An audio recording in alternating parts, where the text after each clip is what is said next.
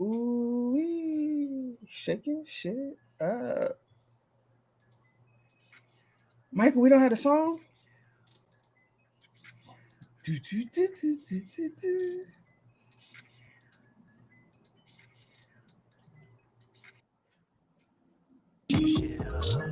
There it is. That's the end of it. I only heard the end of it. There we go. We are tripping today.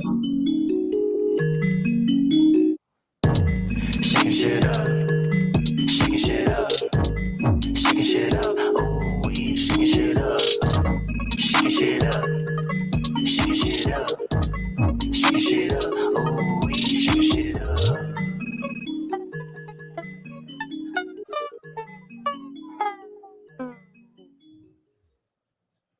Ooh wee, what's good, everyone? My name is Sharon Nyree Williams, and welcome to Shaking Shit Up. Shaking Shit Up. Ooh wee. Shake shit up. If you have never been to a Shake Shit Up before, welcome, welcome, welcome, welcome. Let me just tell you, this is going to be an experience that you will never forget. And if you don't know what Shaking Shit Up about, it's about the artist and their work, but it's even more about the conversation that is sparked from their work. And that's what we're going to do today. And I have to tell you, today's guest.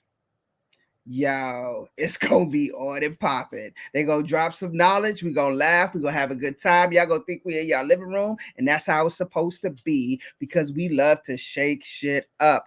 I love to say that shaking shit up is the conversation that you be dying to have right after you seen great work. So, welcome to the show. Yeah, and so let's just get right into it because I don't want to hold you up long, and we just gonna let it roll. So, one of my first guests that I'm going to introduce is Miss Lorinda Hawkins Smith. Um, and she is a native Californian. This actor, musician, writer, comedian, author, filmmaker, and earned her MBA in business administration while transitioning from houseless to housed. I'm gonna let that sit with you for a second. She is a domestic violence survivor who finds healing in the arts. She combines art and artivism. Lorenda is currently a commissioned playwright with the Roby Theater Company. While living on Skid Row, she wrote the book Justice or Just Me, and developed her 10-minute monologue of the same title. After 10 years of performing the piece, she then was part of Red Cat's Roy and Edna Disney Cal Arts Theater Spring Studio 2018, where she incorporated multimedia. The intention was for the piece to be a full length one woman show. 13 years after writing the book, she has learned that it works better as a trilogy: Justice or Just Me, The Bite, The Fight, and The Flight. Her one woman shows will follow suit with the first show, Justice or Just Me, The Bite. This show was an official recipient of the 2021 Hollywood Fringe Festival Diversity Scholarship, awarded to productions with powerful community impact. Lorenda felt it was important for the books and the shows to coincide. Book one was also published this summer. Justice or Just Me, The Bite, is currently available on Amazon, Kindle, and paperback. During the pandemic, Lorenda wrote and directed a short film, The Virus. It won the award for Best Horror Comedy Horror Microfilm at the Oregon Scream Week Horror Film Festival, which I had the honor to be able to attend with Miss Lorenda. And let me tell you, during this pandemic, Miss Lorenda has not stopped at all. She has not put her foot on the brake. She is just flooring the daggone thing. Please welcome to Shake It Shit Up, Miss Lorenda Smith Hawkins. Shaking it up. I'm shaking it up. It's so nice to be here. Thank you for having me. And I just wanted to share a little bit. And I'm gonna start with the Oh, virus. no, you ain't going yet. Wait a minute, hold on. Oh, I ain't going. You ain't going yet. This just your intro. Welcome to the stage. How you doing? Okay, thank you. I'm doing well, sis. How that's okay. You know, we got to wrap a taste for a second. Then we're Cool. going to introduce our other two guests, and then we'll let y'all all hit the stage. How about Oh, thank you. My bad. You know, you ready. I like that, though. I was ready to do my 7 minutes, boy. You describe your work as artivism and social justice activism meets performance art and the written word.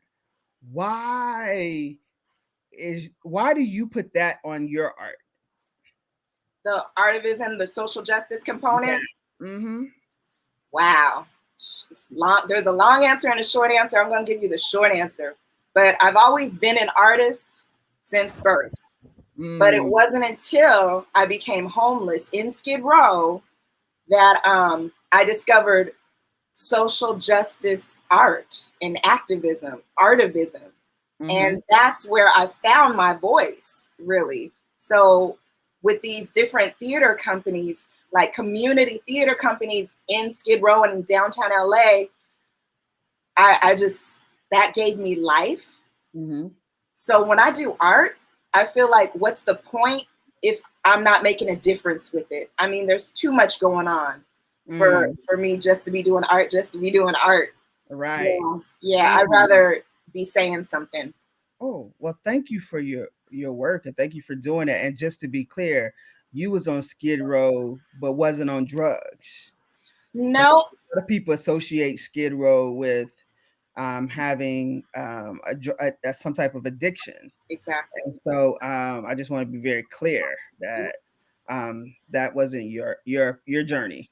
No, and that is part of my show. There is this little spoken word piece, part of it, that talks about I'm homeless. No, I never smoked crack. I'm childless. Yes, I want my babies back. And then it goes from there. Because we all have this idea of what homelessness looks like or what childlessness looks like. And I'm just trying to shake that up because... Shake shit up. Come on now. Shake shit up. Come on now. Don't worry, my cousin Kim is on here as well. She don't say it either. She like, SSU.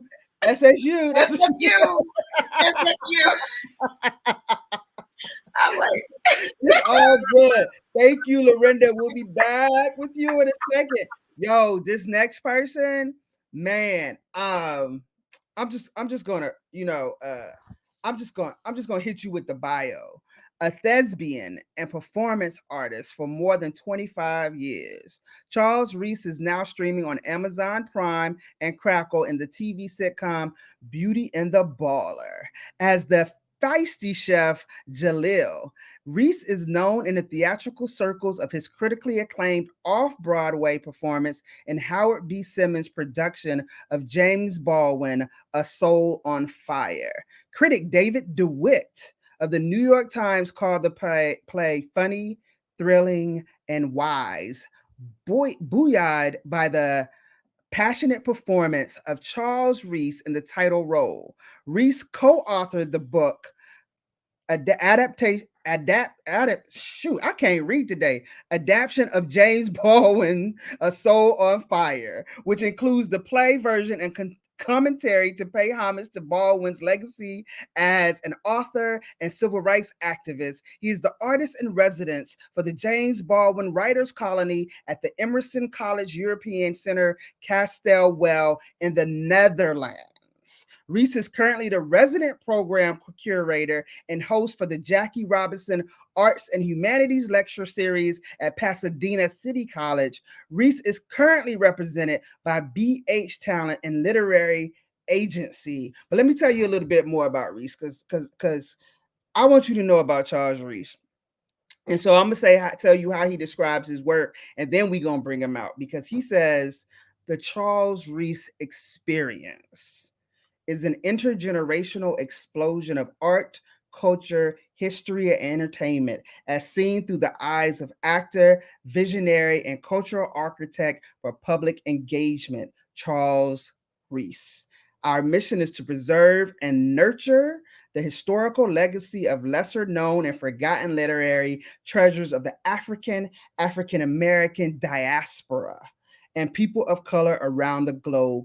Utilizing existing and emerging media, our purpose is to develop, produce, and promote special programs and events to ignite the spirit, to resurrect a new global cultural arts renaissance. Our main goal is to simply tell our stories and share our common experiences with dignity, insight, humor, tragedy, and the triumph of the ancestors whose spirits have never been broken. Welcome to the stage, Charles Reese himself of the Charles Reese Experience. My goodness. Woo! Well, that's an introduction of many proportions. And yes, that is pretty much my goal, my passion, my mission. And I always tell people, you start with a passion. Your passion becomes something that you actually make a living from. And so I'm very grateful just for that. And I'm most grateful for being with you, Sharon. We're celebrating a 2-year anniversary from the first time we met at the Western Arts Alliance. And that has been kind of sort of how we all got together. So we'll talk a little bit more about that, I'm sure. But I thank you for the introduction and thank you for being here. That's what I want to say. What? I don't know if you're going to talk about this later, but the magazine that you just started, that was intro, yeah. You know what? I'll do what my previous friend said, Lorenda. I'll give you the short version. Okay. That's what's up. So I do have a digital magazine, which you can find on www.charlesreeseexperience.com. And that's all spelled out. You'll see that more later as we move along. But I ended up with this digital magazine called In Focus. Believe it or not, the magazine was really started because I do consulting work with Pasadena City College and other places, as you mentioned. And I thought it would be a wonderful way for me to feature my clients. And so, and featuring my clients, the person I was working with, her name is Shamika Brown, who's one of my co-partners in that, said, you know what, this is also a way for you to feature yourself and other work that you do. So that's how we got it started. And so it's a kind of sort of marketing tool for myself, but I'm able to invite other people in and share their stories, their histories as well. That's just like Shakin Shit Up. That's just like Shakin Shit Up. You know? You do it in the magazine and I do it on YouTube and virtually. Right. And so we'll be coming to you for a story soon. We haven't decided how often we're doing it. It's now how I feel and it works on my clients, but that's how you have it. No, I just want to say that the Advent artist said, the whirlwind experience himself, lavender ice cream Reese. Okay.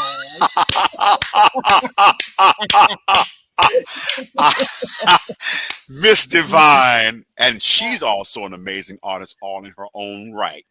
That's what's up. Hey, yes. I like it. So you know the kind of spirit. Well, thank you, Charles, and we'll bring you back in a second. But I got to introduce this next person on fire, Chelle Barbour.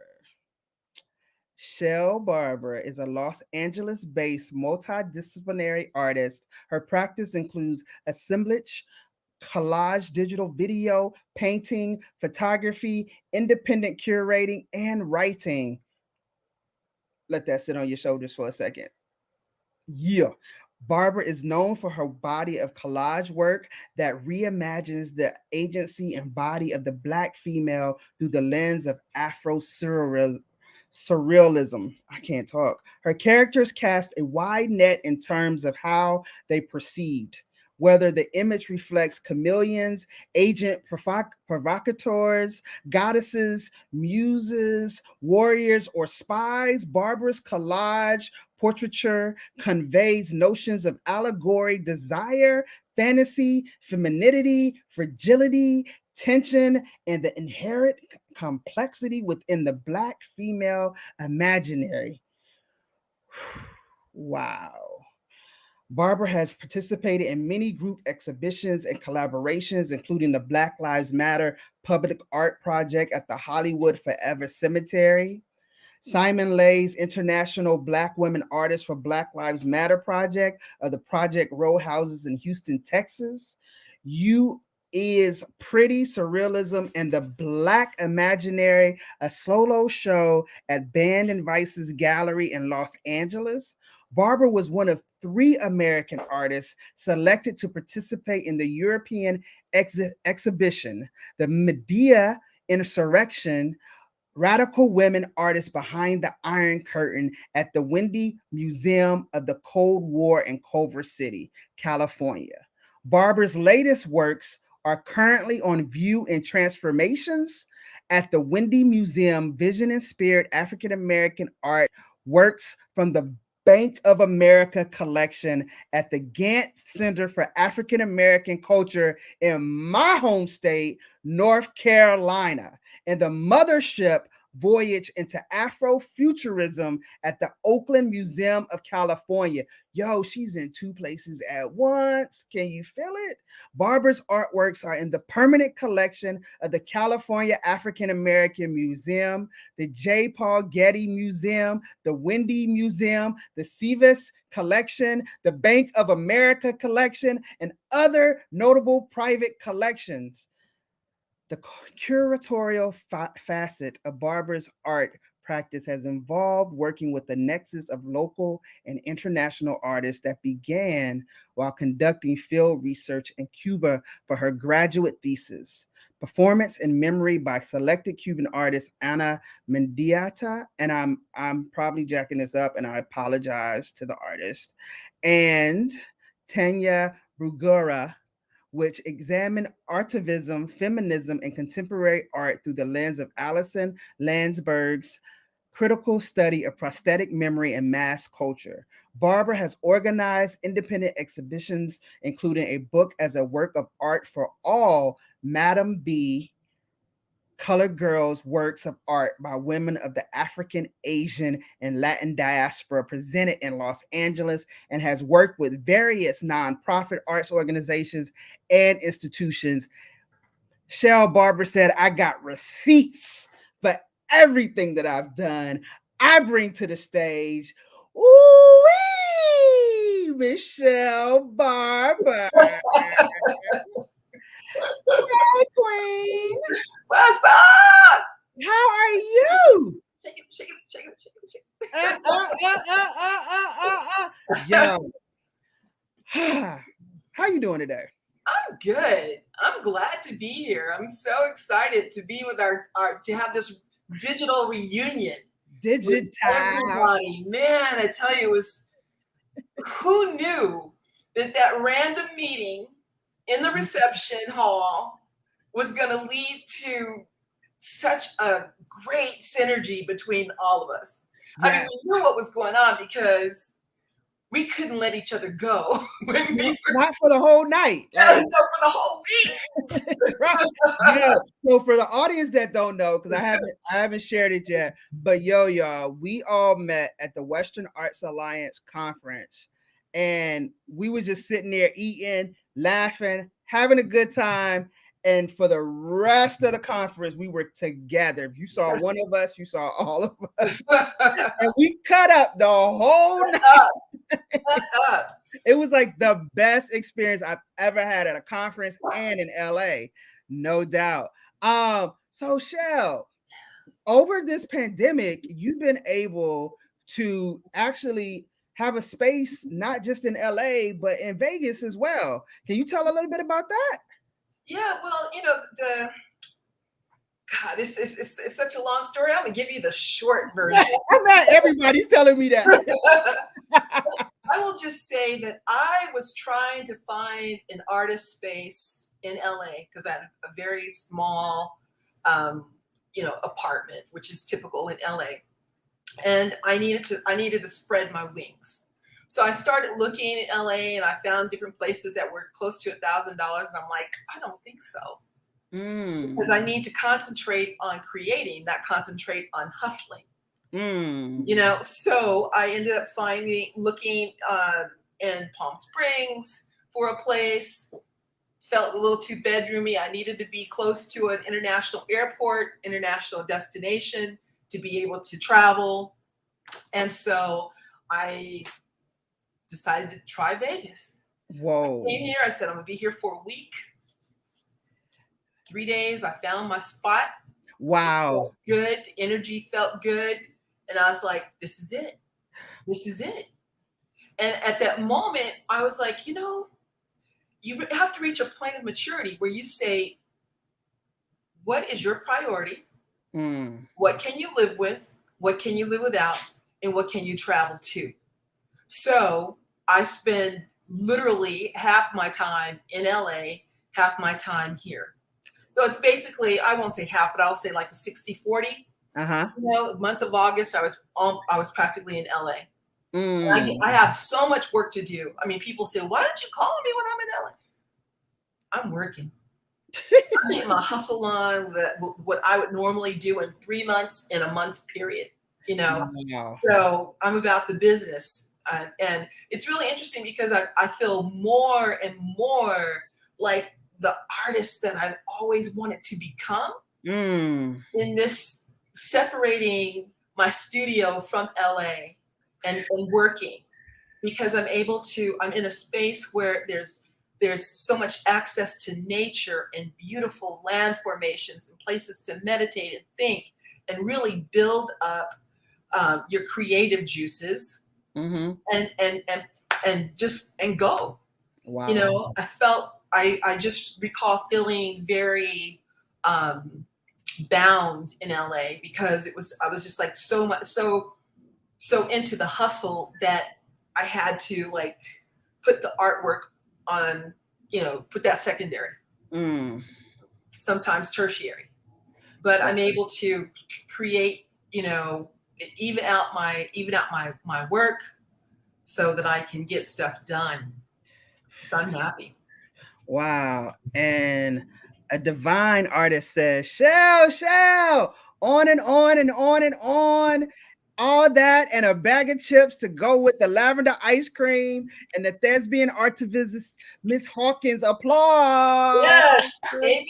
Adrienne. She was in one of my first curatorial shows. That image is the piece that she put in the show. Wow. Yeah. That is fire. That is so much fire. Yo, I'm so excited. Yo, let's bring the gang back. Hey.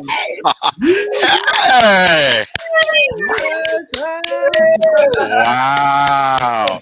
Shell, I learned so much more about you in that moment. I mean, I've seen your solo shows. I've been running behind you during the pandemic, you know. But I just said, wow. I remember when you went looking for that space. Right. And and so I'm so happy for you. Congratulations. We can see all the growth. Can we just talk about WA for a minute? Yeah, because everybody. Okay, I got to say this. I'm gonna shake the shit up. Take over the show. No, go ahead. I just want to give Michael a shout out. That's behind the scenes. And say, thank you, Michael. Let everybody know Michael is feeling that well today, so he won't be popping in as much. But I will get him to say something. There he is. There you go, Michael. You know. Now, let's do the daggone thing. And Lorenda. Yeah. So this is what I wanted to say. So when we all were where were we at the convention center? Where were we? No, we were at the hotel. What was the hotel? Okay. So I had just got back from Europe because I got my announcement that I got the scholarship when I was in Berlin. And we're so all scholarship recipients. We were all So for me. That's but we. I was the only one that paid. Like what? But no. So people understand what WA is all about, because their whole line's one thing. So the Western Arts Alliance, I think this is good also for all us, because we have a variety of artists here. I don't think people realize how we go and find work. You know how you go find work as an actor sometimes, but we have all different disciplines, and we found ourselves in the same space. WA is a place where if you are an artist of any part, any section. It's where you go to figure out how you can present your work around the United States, and in some cases around the world. I just want to say that out because I think people don't really understand that we're about the business of art and culture. I don't live on the fact that I got to be a starving artist. Right. Okay. This is, let's be very clear. Let's just shake some shit up. Okay. Artists are here to disturb the peace, according to James Baldwin. And to disturb the peace, we must live, we must thrive and survive and go on like Miss Shelle did. She didn't just run to Las Vegas because y'all on charity. The woman's got skills, work, and she needs to be compensated. Everybody needs to be compensated. That's why we all got together. Busy. And yes. busy. Yes. So I just have to say that a lot, what WAR was all about. Anybody can take it from there. So, but that's the beautiful part about WAR, right? Because we stayed in contact. Yeah. For 2 years. For 2 years. Wow. And during the pandemic. And we got to see each other grow and thrive, right? Like every time we get on, we see like, and Charles is the one that gets to see everybody somehow. He always sends a text picture of he's at Shelle show. He's at Lorinda show. He's watching my show virtually. Like, Charles is everywhere. But just watching us all continue to thrive has been so amazing. Yeah. You know what? And what kicked it all off, I gotta say, a shout out for the first day, which was the Black Arts. That's true. That is, that was because I remember first seeing Charles. I was like, "Who is that louder than life person?" He was very quiet, all the attention, and I was like, "Who is that?" And oh my goodness, I had my eye on him right there. Can we talk about the gas station? No. Can we talk about when Shelle and Charles cut up at the gas station? Oh no! Let's let Lorenda. No. You know, James Bond. Sometimes memories. You have selected memories. What did we do at that gas station? That is the link. We did dance. Yeah. We did a lot. Well, you know, we did dance at the gas stations. We were actually, for some reason, we started, I don't know, we started planning our schedules. Like, I remember, okay, I will say this. The gas station, we'll come back to that later because I'm trying to figure out, I know we were dancing there, but I'll tell you the moment that really got me is that I was crying when you left, Sharon, because I got up early in the morning to come see you, and you said you were getting on a plane. I was like, we didn't plan on you being on no plane. So you remember that? She got on a plane and left us. Right. I was crying in the cab, like, I don't want to leave. I was and I had to get back to work, and I was like, if I could have did anything to stay. Just found you. And the thing for me was, I got up early in the morning to get down there to meet you and sitting in this session. So now I'm texting you pistol. Well, this is what we're doing. This is what we're doing. And then I started to shake it all up to get myself back together. I found a 6-year-old and I started jumping up and down. That was my release. But we were literally crying because I think you thought your schedule was something else. And we had planned our little day to go. We're going to hang that day. And we're like, so I remember crying to myself going, she left us. We were really crying. So she missed that great dinner. Oh, that is true. Right. That is But true. then, hold up. How about when Shelle tried to cut my leg off in the car? When she drove off. Oh, that's right. We opened the door, and we thought you was parked, and my leg went off, and we kept riding. And we were like, ooh, we're gonna have to look. Yeah, I think I had to pray in tongues around. Yeah, I think by that time you did. Like we were like, and besides, here's the thing that's really funny. And for people that are coming in going, what's all this carrying on? These are all our stuff that we were doing at an actual conference where we were trying to get people to see about our work, but we bonded so much that because, we didn't eat at the hotel. Shell always had a good place for us to go find something. Remember the corn? Oh, yeah. And we would go to these little places. Yeah, and we would go to these little places and get all this. We're in Little Tokyo. Where were we? Little Tokyo. That was the time you didn't leave me. Okay, well, because see, with Shell, here was the deal. We would go to the hotel, right? And we would meet each other up. But see, Shell was driving. Yes, I know. And so we would get into one car because they had this bus thing that was going on. But when you got into the bus, you had to wait for them. But see, Shell always had another plan. If I got into the bus, I knew I would ride with Shell. And I remember we going to an all-women's thing where I wasn't technically really invited. Yes. I was the only guy. And so we went down to this whole thing. But nobody knew. I didn't know. I was like, oh, I'm in the back. I'm going to get it. I get on now. It was almost like driving Mr. Daisy. So we get there to this whole thing. We're looking at the little artwork. I'm going, we thought we had to get the little chair to sit around. I was like, okay, it's all women up in here. I ain't nobody. And basically they said, Charles, you probably need to shut up and don't talk. But I had to talk for the first round to get my little word out to let them know I was going to be quiet. And that's how come I ended up playing with that little boy the whole time, because it would the woman, I can't say her name, that was responsible for the workshop had a son and he needed to be activated. So thank goodness that became he and I became good friends, and that's how I got to stay at that meeting. Yes. Yeah, wasn't it Michelle Obama's sister? She was she was related to her somehow, because they had that same type of voice and style and energy. African American. Yeah. I'm the one who turned us on to it. Yes, you did. Yes, you did. I have to look it up. I can't remember, but you know what? We pictures. Yeah, but the morning that was the whole thing. We ended up going into her conference. We were going to her workshop the next morning, the morning that you left. Yes, that's right. And so I was legitimate then. Yes. And she said, I think what she told me, I still have her cell phone, and she said to me, I will say something to you. Yeah, I know we saying it was all women thing, yes, but I want to thank you for playing with my child. My child, when he takes to someone like that, you actually saved me because he had something to do and activate. So I appreciate being with children. Yeah. Awesome. All right, y'all, we got to get into this art. Well, that was our reunion. So happy 2-year reunion.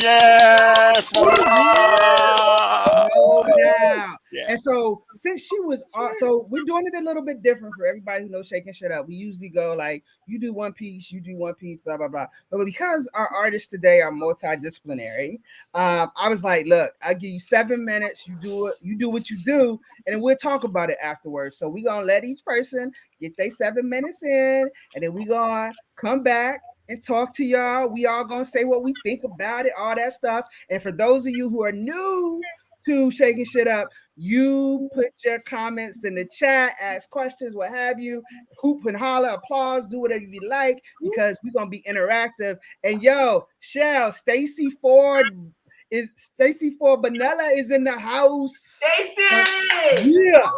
So, that was my homie.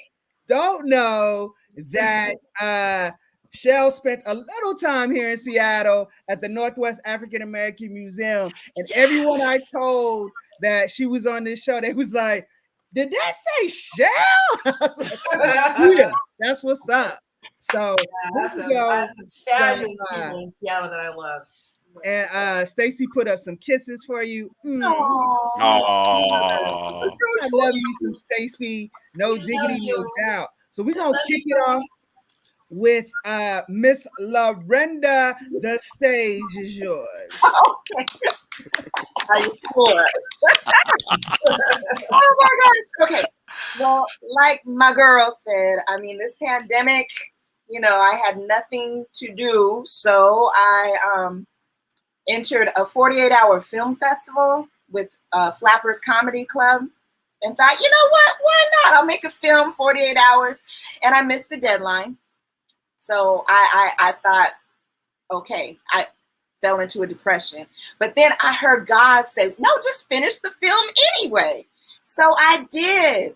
And the virus if you can put up the cover shot of it, yes. So I finished this 5-minute video, and I also made an 8-minute 46-second version too in honor of George Floyd. And why don't we just play the trailer for the virus?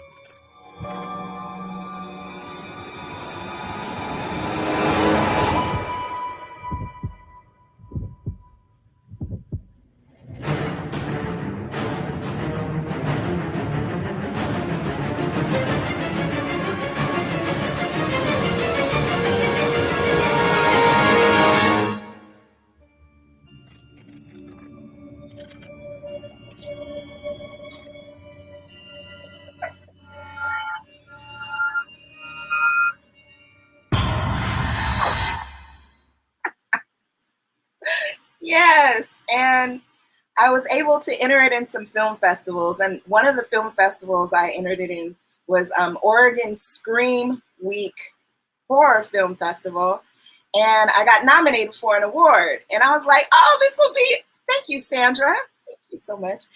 This will be a good opportunity for me to connect with Sharon. So I called her up to see what she was doing, actually probably text. Anyway, so she ended up meeting me and saved my life. She went with me. And if you could show the pictures of the virus, and this is gonna be me at the Scream Week. Yes, Stacy. And there's my girl. We're that way.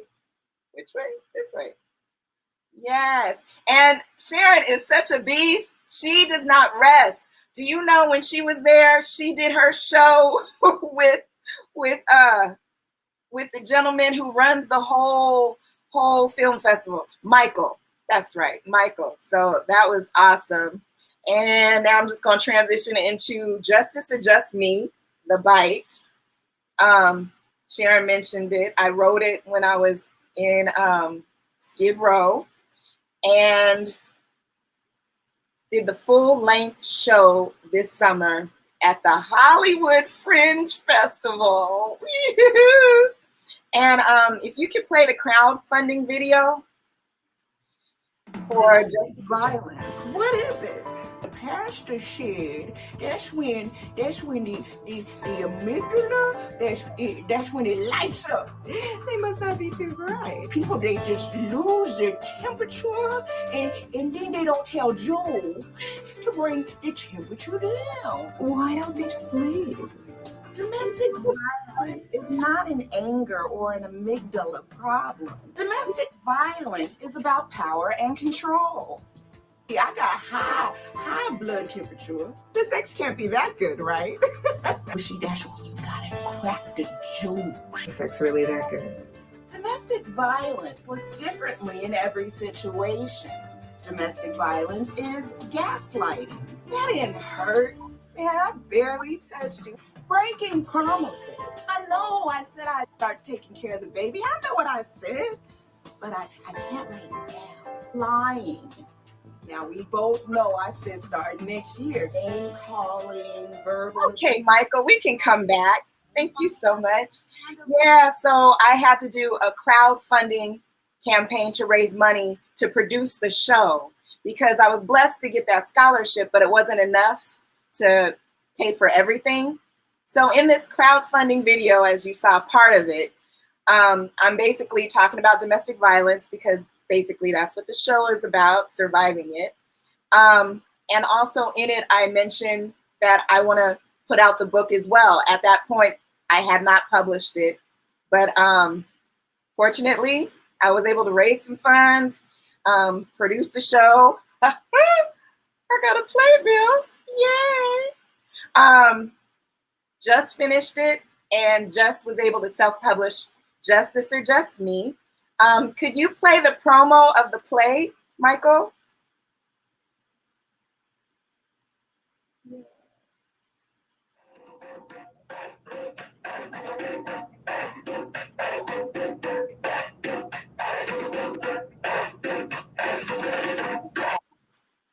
Yes, thank you. Yes, so I was thankful to have some drummers help me out with it, and the director, Patricia, she was amazing. So just want to just share that I have one more shot.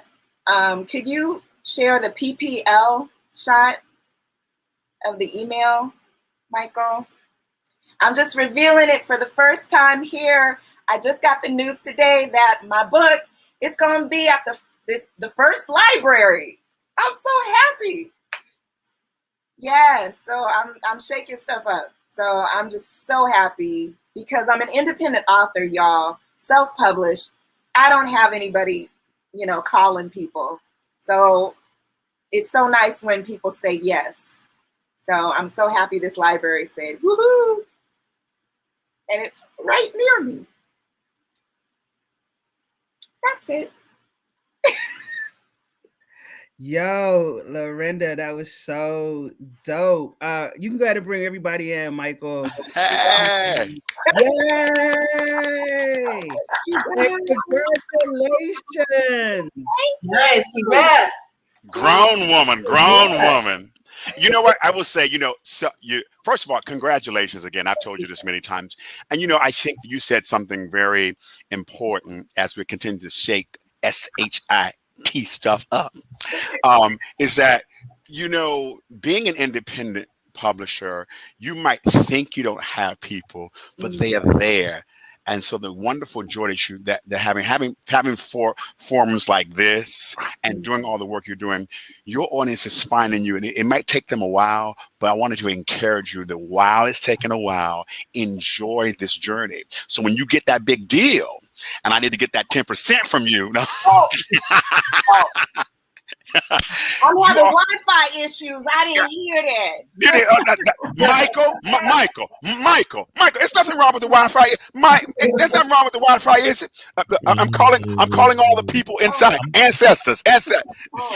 But no, all jokes aside, is that continue to keep pushing. I think that I've done the independent thing, but when we begin these things, it feels like we're all alone, but we're really never alone. Mm-hmm. Thank you for that. No doubt. Yeah. Lorenda, you have some comments. Kimberly said, wow, where can I watch the full movie? Love the trailer. And also Divine said, great trailer. Would love to see it. So is there any word on how people can see the film? Yes, on my website, Lorinda Hawkins Smith, there's a tab on my website that says The Virus. And if you just go on that, you can learn everything you want to know about the story behind it and see both versions. Good. And 846. And then Kimberly also said, book goes. Congratulations. Thank you. And Michelle said, years on that book. Ooh, Michelle, Kimberly, you cannot take 13 years to get your book out. So don't try to use that as an excuse. Michelle says, congrats. Stacy applauded. Nice. Divine said, that's awesome. Congrats, Lorenda. Nice. A Divine Artist said, congratulations, inspiring accomplishment. Live Pinterest. That's right. Well, Susan is hating because she said, shut up, Sharon. Really quickly, I got to jump in there real quick. Why also La Pintoresca Library is very important to me. Anthony McLean got shot right next to that library after George Floyd. And I remember that. We have been pushing and fighting for justice for Anthony McLean. Because the police that killed him are still working. There's been nothing to do with the, anyway. So like I said, social justice activist, artivist, and our church is there in that park as many times as we can be there to just show that we haven't forgotten. We're going to show up. His birthday was August 15th, the same as Biddy Mason's birthday. Oh, wow. Yeah, and I had to drop that in there, so I'll shut up. No, Jenny says, congrats, Lorenda. Thank you, Jenny Fun. Under the Jello mold. Just Jenny Fun. She was at WA too. I met Jenny Fun. Hey. Oh, wow. Come on. Another war. Her solo show is called Under the Jello Mold. Shout out, Jenny. Oh, nice. Hey. Shelle. So, Shelle, you know, you've witnessed Lorenda and all her work and everything. What does it say to you? How does it speak to you? You know, it speaks to me from the artivist perspective.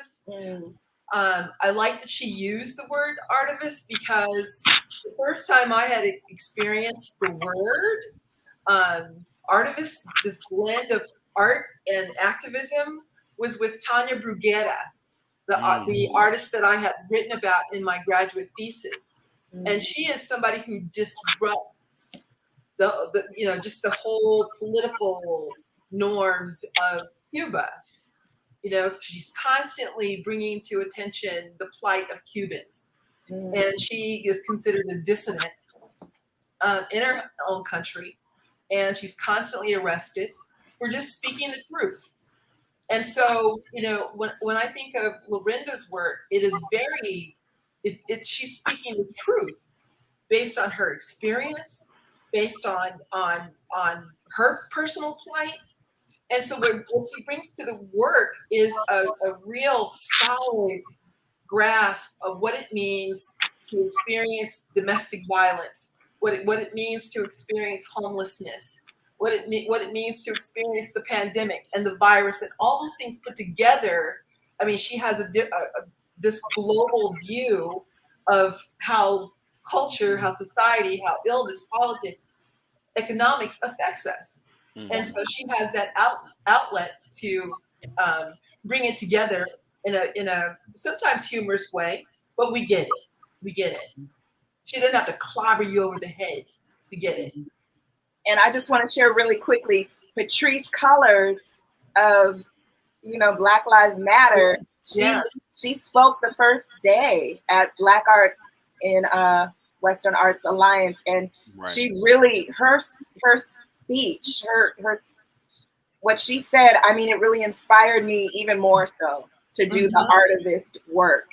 I have to say, that first day for the Western Arts Alliance, when they did the focus on Black arts, was the most amazing experience. And for me, it was like one of those things where you come into a big conference and then you have this special experience and you feel seen. Exactly. And so, I mean, that's where I met Adila Barnes from the LA Women's Theater Festival. And I got to play there a few times. And I'm doing a workshop for them. And I'm going to see you there, sis. There it is. And so it's just like, I mean, like if I take anything away from that pre-conference event of focusing on Black arts was special. And it wasn't just for Black people. Let's be clear. It was for white organizations as well and non-Black organizations to learn about what it means to work with Black artists. Yeah. I think you hit on a very important point, what it means to work with Black artists, whether you are non-Black or white, whatever you are. That on that day, I like to be very clear historically that that pre part of the conference was done at the Luther Washington Dance Theater, which is right on Washington and Coliseum, which is one of the oldest Black dance companies in LA. They've been around for 40 plus years and they own their building. I think that's very important to know. And just recently, and remind you, we were pre-George Floyd, whether that's good or bad or indifference. Wow. And so we're in the conference where we had these variations of color people in, but it was through the lens of Black arts, because sometimes we have to make sure we're very clear when we're looking through the lens, that if you're looking through that lens, making sure that that's very clear. Now we're post-pandemic, we're in another whole space, and we're hoping that change is happening. But I want to say this, I just had to throw that Lula Washington part in because I thought that was very important. Plus, Lula Washington did get a big grant recently, because we realized that in America, art is not always supported by the political realm until it's convenient. And so that's the word I'm using today. If you're going to shake some stuff up, you have someone like Chelle who's been doing her artwork now, and you hear the word Afrofuturistic. I'm not saying the term right, but you hear this and the other. But then we hear some. Thank you. Did I get it? Thank you. Then you hear someone like Lorenda, who's talking about injustice, violence, and her story is very unique. And I don't want to give away from the book, which you can also get an audio. You can get you still get that 99-cent special going on? No. Oh, it's gone. Well, y'all missed the 99-cent special, but that's all right. $2.99. $10 for the book. That was a special going on for, that was for an ebook. So y'all missed that. So go on and buy the full book like I did. It's really good because it's worth the cause. And give her a review when you read the book. Because some of us, we get books and we just hold them in our library for a while and we just look at them. And I'm one of those people. I will admit that, but I will eventually get to the all books and things. So we have someone like Lorenda. Then you have someone like, I'm going around the room. Then we have someone like Sharon, who's like, now Sharon gets me because Sharon is a wonderful voiceover artist. Let me just talk about that for a minute. Yeah. So I know we're shaking stuff out. Y'all know I'm gonna go around the room. Oh Lord. But, y'all, I just want to let you know this is the Charles Reese show. No. But these are my angels. Yes, but together we're four musketeers, though. And thank God they put me on the end as one of the musketeers, because they keep me grounded, and they get to check me, which is really good. But getting back to Sharon, she's an amazing voiceover artist. Who I was listening to something of hers, and I said, "Girl, you better call the voice artist, because they have voice artist awards, and that you qualify." So you have her, and then she's shaking. Then she's got a solo show, and then you come down to this woman here, Chelle. The last show that I attended at Chelle was downtown, and I just had to say, listen, girl, I'm going to videotape this. I'm going to put this online, and you might not like it, but you need side people with you. She was to really make sure. And I think I said all that to say is that's what WA did for us. Yeah. We had a WA moment, and we became sidebars for each other. Because I don't want to be standing behind you because you can't see me. But if I'm standing beside you, you can look at me on the left or right eye and give me the eye. But that's what WA did for us. It made us stand side by side. And the pandemic came after that, and we had to really start checking in on each other. And we may not get to everything, but for some wild reason, WA has given us the freedom to say, hey, we're going to come join Sharon on Shakin Shit Up and have our reunion. And I'm still very proud of all of us for not just all the work, but thriving through this damn pandemic. Come on. Some people did not make it through well, guys. Let's be very clear. And that we're here, it's a testament to why we really met. We thought we were just going to be, good time, we're going to see each other. You go to these conferences and you don't see people anymore, but I've been seeing all y'all for 2 years. Yeah. I'm done. And since you gave us our flowers, we give you your flowers, because when the social unrest hit in LA, all I saw was Charles front and center doing the daggone thing. That's right. With the bullhorn, out there helping, doing all you can. And then you did a solo show about your nephew that was amazing for Black voices. That's right. You continue to uplift James Baldwin, everything you do. You produced a magazine, yo. Who does that? And the award And you got a medal that you got around your neck. Carl B. You have a medal. Award. What? Yeah. Charles, That's a What lot. is that? Charles, talk about the Carl Bean Award, please, because it is so fabulous. Yeah. And that well, first of all, honor. And so we lost Carl Beam on this Tuesday. Oh, Yeah. So the award came from an organization called In the Meantime Men's Group, which is a men's group that really helps young LGBT folk deal with meth, other things, HIV, AIDS, and a wealth of other things. Just go to their website, inthemeantimemen.org. But this award was given because August was Black Gay Wellness Month, and they decided to use James Baldwin as their muse. But what was so amazing about it is that the place where In the Meantime has their office space is in a house called the Carl Bean House. Now, Carl Bean was one of the first folk that was out there during the whole AIDS time. He started the Minority AIDS Project, and this house that we were in was basically a house where Black men had to go before they died. That was their last place back in the late 80s going into the early 90s. And so I got this opportunity to get my award in front of the house, in front of the LA Black AIDS Monument, and I did my first Baldwin presentation in front of that house. And this place is no longer a place where people are going to die. It's a place for healing. And that house is a historical landmark called the Carl Beam House. And that we lost Carl Beam this past Tuesday is so important that that house is there for his legacy and for others to come behind us. That's it. wow. That's so powerful. Look, shaking shit up. Ooh-wee. Thank you for that, Shelle. And how timely that his passing happened, and we're having this show to talk about why this is important. So before we go to our next artist, Lorenda, you have some more comments. You have I love that you preserve to accomplish your goals. You missed the deadline. Persevered. Hey. To accomplish your goals. You missed the deadline, but that didn't stop you. What motivates you to keep moving? Faith. Literally. It is my faith. That is what saved me physically and spiritually. And the book talks about it more, but literally, I heard the voice of God tell me what to do to get out of a stranglehold.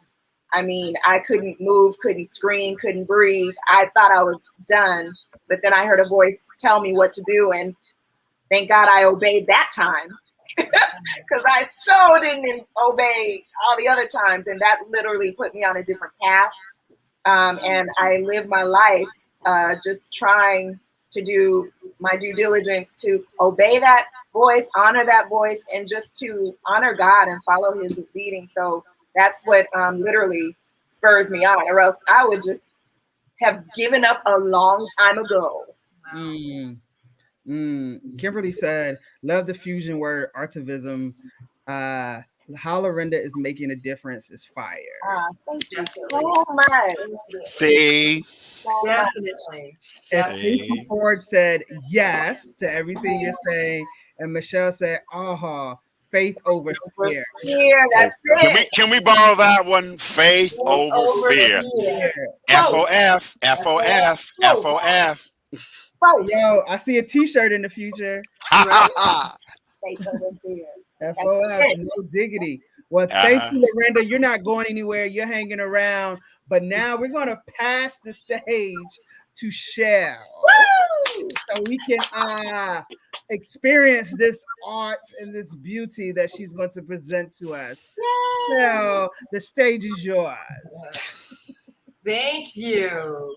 Okay, there I am. I see myself. And is Michael with us? Yes. Okay. So, Michael, that's exactly what I wanted you to do. I have 14 images that reflect my work. And as Sharon mentioned at the very beginning, in my introduction, that my work is executed through the lens of Afrofuturism and Afro-Surrealism. And, it was it came out of a cultural movement that began in the early 1920s. It was recontextualized in the 1970s by the late author Amiri Baraka, who coined the term Afro-Surrealism. He argued that the Black experience in America was so unfathomably hard that our oppression and survival was surreal beyond anyone's imagination. Now, working through Afrofuturism and surrealism has enabled me to explore the agency, negative energy, negative imagery, energy too, and stereotypes that society has imposed on Black global citizens. By interweaving the theorists Leopold Senghor, Amy and Suzanne Sasser's notions of Black consciousness. They were all about elevating the Black consciousness. They were from Martinique, they went to school in Paris, and they were influenced by W.E.B. Du Bois. And their whole ideology was about elevating the Black consciousness. Now, combine that with surrealism, pop culture, art history. What I try to do is deconstruct old narratives and disrupt current norms while simultaneously reimagining Black beauty, beguiling interlocutors, our interiority and sensuality that envelop the viewer. So, what I look at when I'm working, I look at every blank piece of paper or canvas, which involves this gestalt of creativity. I juxtapose and integrate disparate images, people, all people that represent the Black diaspora that fit evenly or metaphorically, as you can see in this particular image with the snake and the belly of an alligator.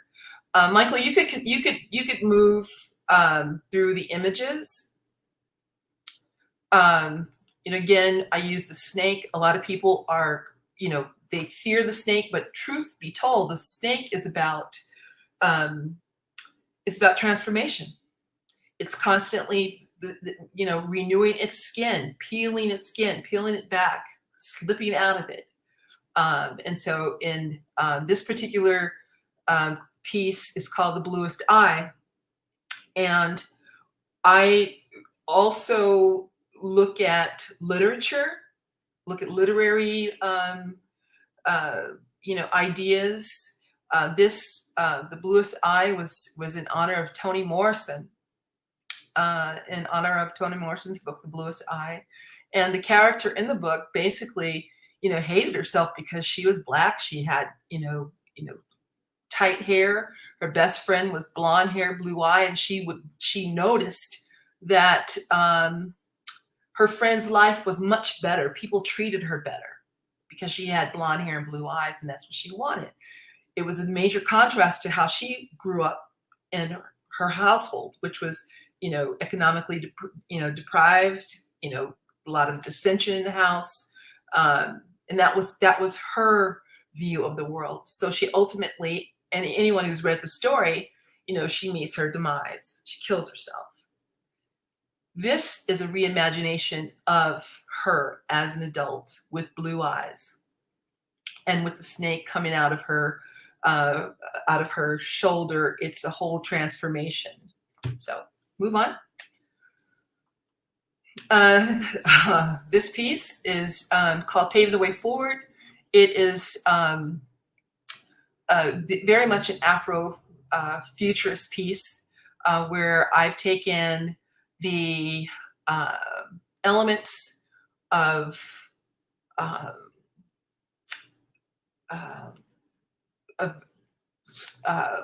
weapons and warriors, and I've created a new reference for those things. And it's also about meditation. Next.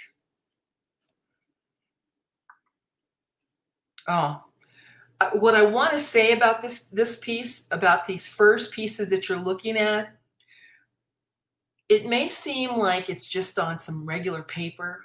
And this is how I'm going to tie it into NAM. We never know where our lives take us or the reasons for it, our journey. I had the pleasure of working with Barbara Earl Thomas at NAM.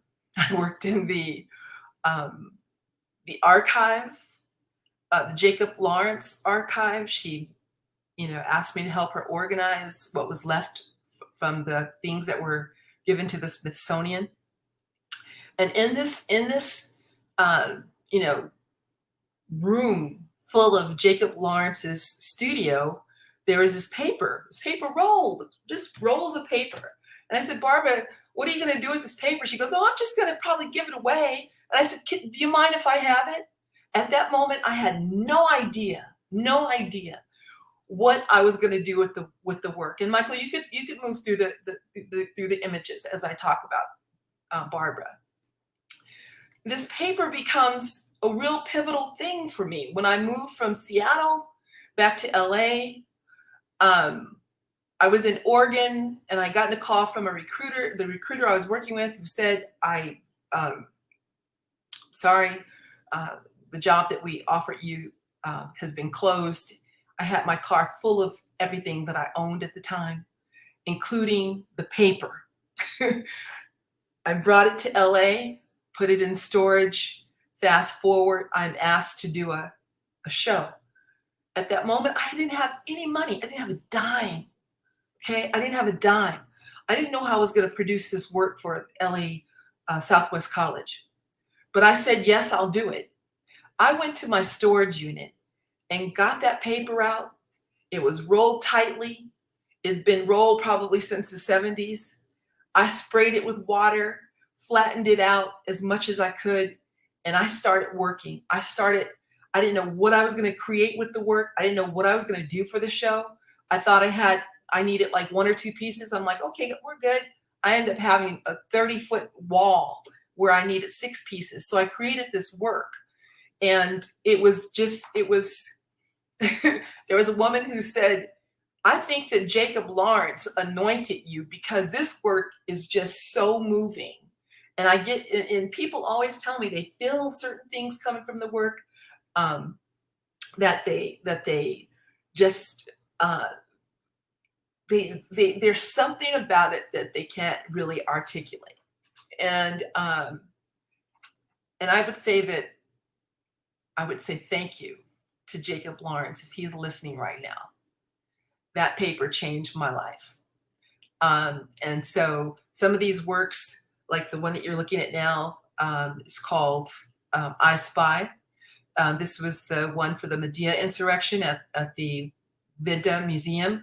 The museum asked me to go through their archive and select different images, or images or products that they wanted me to use, or I wanted to use for the works for this particular show about the Soviet Union, about the Cold War. And so I had I used those pieces. Go back to the last one, please. The Cipher. Okay, yes. So if you look closely, I have 2 images of a radio from 1920s, a speaker. The eyes are from a plate from the Museum of Hygiene, which meant that it was a place where people were killed. Jews were killed.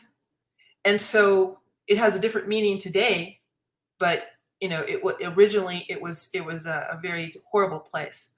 So I take these, the museum allowed me to take components of their archive and create something. What I created was this image here, 3 different images. I Spy was one of them that you saw earlier, but they were all spies.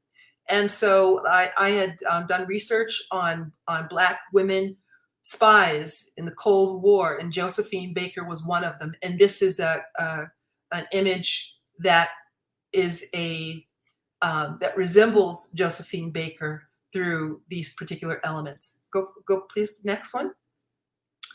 When I speak in terms of like working through metaphors, this was a Rolex watch that this is called Killing Time. And it was a play on words, play on the watch, play on time, and of course using these spectacular. All these elements are from the Rolex watch. Next. This is a new piece. I want to introduce to everybody who's watching. This is a piece that's going to be in the Band of Vice's Mescaline show for folks in Seattle who are not going to be in Los Angeles anytime soon. I wanted to share this image with you. This is called the Three Hallucinations. And there are actually 3 elements in this piece. It's like 52 by 54 inches. But I wanted to give you a different idea of Afro-surrealism and Afrofuturism. So this is new work, and it's you might see a lot of butterflies show up in my work. It's all related to transformation and freedom. This is another style of work that I engage in, and this is narrative works, and I use images from that I integrate into a digital image, excuse me, and then I'll collage the top of it. So that's some new narrative work that I'm doing as well. I think that's it. Her. Yes, this is called. This was in the show headed to the Masters, and what I did was I took an image from the Delacroix. It was the Battle of Missolonghi in Turkey, and excuse me, it was Greece, and this was my interpretation of that historic image, and I just took it a step further with this allegory of change, with the reptilian skin which she's wearing, the snake. And it's interesting, the 3 times that I've used snakes, I didn't realize they were going to be in the work tonight. But another thing that you'll notice about my work is that I usually have eyes. I'll incorporate eyes because I believe that the eyes are the windows to the soul. And even though a character may have eyes, something speaks to me about the work or the piece in which I need to have a different feel for this. So all these images that I've shown you is pretty much kind of like the areas of work that I'm involved in terms of collage, art production. I do video and other things, but at the moment, what's driving my practice is, or shall I say, the demand is for the collage and the narrative work. Thank you so much. Wow. All right now. New pieces. Oh, take my breath away. I love it. I love all of it, but that's the first time I've seen the new pieces. That new piece. Come on. That new piece. Okay, can I say this about that new piece? Yeah. The opening is on September the 18th, and I will be there. I just RSVP'd for because you got the RSVP for that one. But congratulations on that piece. And while you were talking, guess what I had? I had Barbara Earl Thomas Storm Watch because I went up to Baldwin to be with her, to spend lots of time with her when she was executive director, because they did that whole piece on James Baldwin. Yeah, I love her. So I have her book. I have her book. It's over there. I have a book. But not amazing. And Jacob Lawrence does the forward in the book. Yeah. In her book. Crazy. Yeah. I just forwarded Barbara the link to this show so she can see it. I love her. Yeah. Barbara is amazing. Yes, she is. Barbara who? Barbara Earl. Barbara Earl Thomas, baby. You got to get the Stormwatch book I guess I do. with the forward by Jacob Lawrence. My goodness. I mean, And- yes. I've had this for like about 9 years now. Oh, there's also a podcast that Barbara is on right now. If you go to Double Exposure, she does an interview with Marcy Silman and Vivian Phillips. I listened to it the other week. It was so good. I'll send it to you. Wow. And Barbara has an exhibit coming up. She has one in Seattle Art Museum. She has one coming up in the Henry here in Seattle. That could be with Derek Adams. Yes. Yeah. Yeah, you guys helped me. You guys helped me come up to speed. Well, the fact that you and her work together, that having access to that Jacob Lawrence stuff at that time in your hands, Shell. Tell me about that. Hello. And before you tell them about that, also talk about Angela Bassett. Yes, thank you.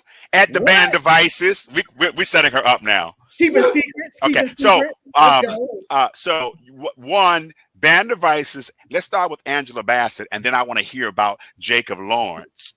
Okay, well, we all I'm know hungry.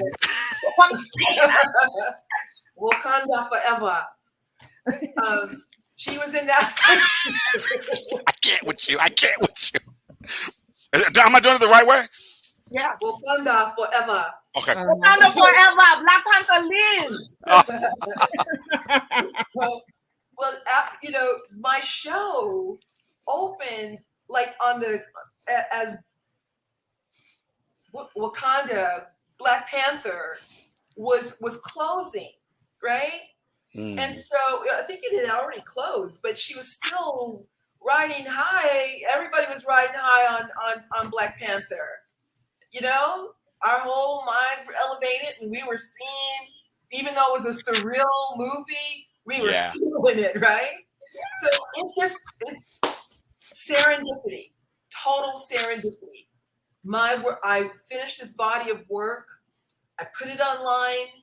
Terrell from Band Devices sees me at a Jill Moniz's opening, and he says, "Are you Chelle Barbour?" I said, "All day." And he said, "I really love your work. I've been seeing it online. I want to invite you to a show." I'm like, "Okay, cool." Fast forward, I do this show. I'm preparing for the show. I walk in. He said, "Oh, we have our promo pieces ready, our cards." And at this moment, I had no idea. So I'm reading the promo cards, blah, blah, blah, blah, blah, blah, blah. Co-curated by Angela Bassett. I'm like, Lord Jesus, you're kidding. She had seen all the work, and she was like, "Yeah, I'm in." Fast forward, VIP reception. I'm talking to someone. All of a sudden, I get a little tap on the shoulder, and Terrell's like, "You need to go meet her." I'm like, "Meet who?" He goes, "Angela Bassett's here." I'm like, I could not believe she was in the gallery. So my heart is beating so fast. I'm like, I don't even know what to say to this woman, but hi, she was so. You didn't bow? You didn't curtsy? I couldn't even think to curtsy. I couldn't think of nothing but that's Angela Bassett in the flesh, And I'm just like, oh my gosh, she's so petite, she's so small, she's so elegant. Then I thought she was just gonna come to the reception and be nice to the artist, and just show up.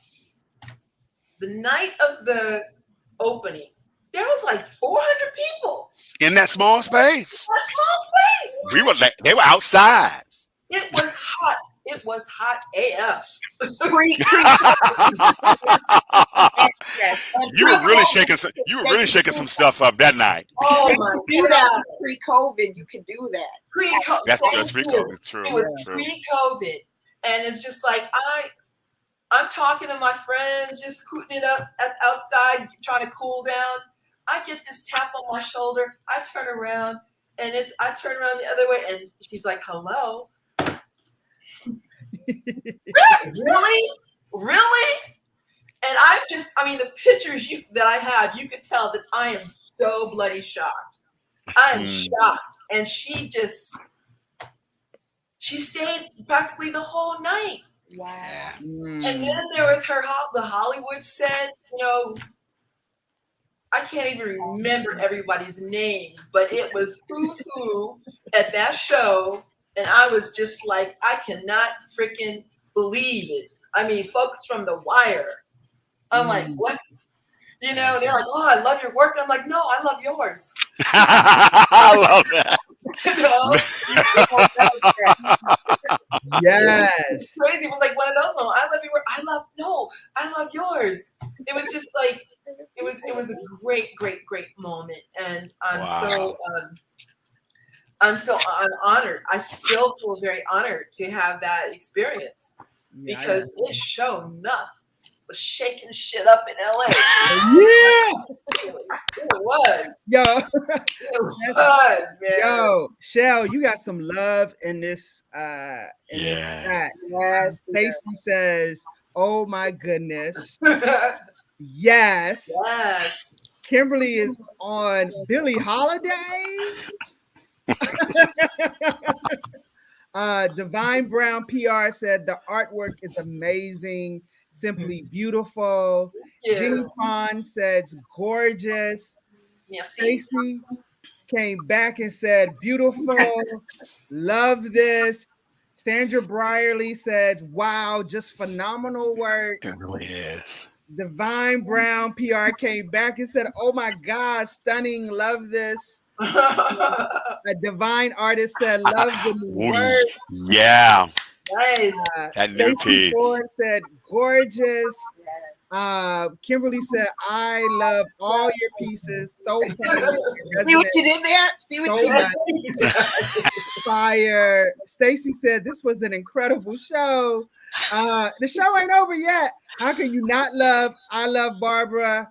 Yes. In the house. Chelle, you might need to come on up. Oh, yes, I do. Chelle was going to come up for my show, but COVID, all that. COVID happened. Chelle is coming. Kimberly asked me to put everything. Y'all just dropping gems. I'll put it in there. Oh, I said we'll do. Michelle said, Chelle, I just checked out your portfolio and love your photography as well. You seem to capture the soul of people and what a diversity of people, places, and things. Yeah. And then she said, what is the feeling you get when you know a photo or a piece you created is going to be special or that's it? Whoa, that is a deep question. Wow.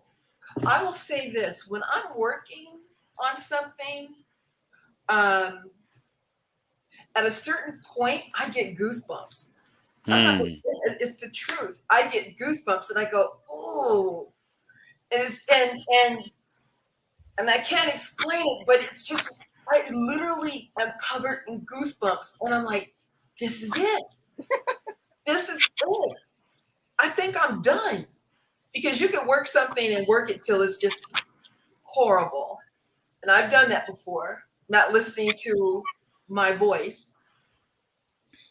And that's pretty much how I know. In terms of like photography, it's always like, you're always, shooting. You never know till you see the picture. But you know how you form it. You're forming the composition in the lens and you get an idea of what it is. But when I take those images and I put them on paper, it's such a different experience when I'm cutting shit up.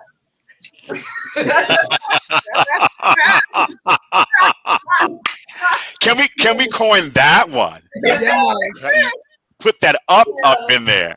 I'm cutting it up, putting different eyes on it, putting different allegories in it. It's a whole different thing. So it's tough. It's hard. It's hard to really tell, but usually it's that moment where I get goosebumps. Like when I was working on that last piece for the Band Devices show with all the feathers.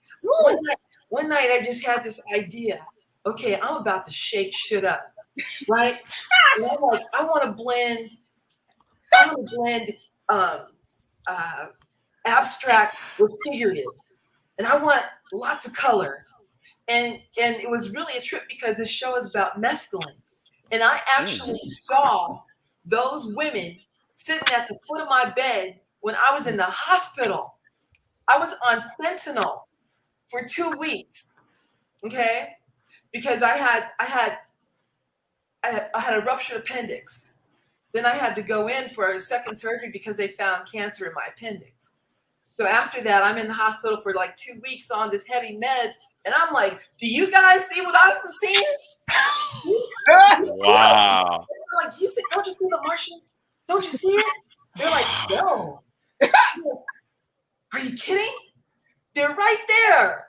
It was such a hallucinogenic experience because I was on fentanyl like every 10 minutes because I was in such pain on surgery. Wow. And that was the only thing that they said, use as much as you can. And you said, I'm in a controlled environment, so I was in pain, so that was the only thing that kept me sane. But yeah, that image of those 3 women were at the foot of my bed, and I recreated that in that work because I wanted to show what a hallucination is like. Wow. And I think I did it. I think I did it. You did it. And one thing that you just brought up, and I didn't know if you wanted to talk about it, but you have been battling cancer and still producing work. And you're in the bed at the hospital thinking about work. Yeah, if you didn't know that this was what you were supposed to be doing, you know that now. But your strength in being able to push through. Can you talk a little bit about that? Sure. I think God gives us all a purpose, and I am one of the healthiest people that you can. I don't drink. I don't smoke. I don't do any of that. I have a history of athleticism, sports. I have lived a very healthy life. So the idea that I had cancer of the appendix, that just tripped me out. I was it tripped me out, it tripped my friends and family out. They're like, how could she? Not her, So I just dealt with it. It was rough the first time.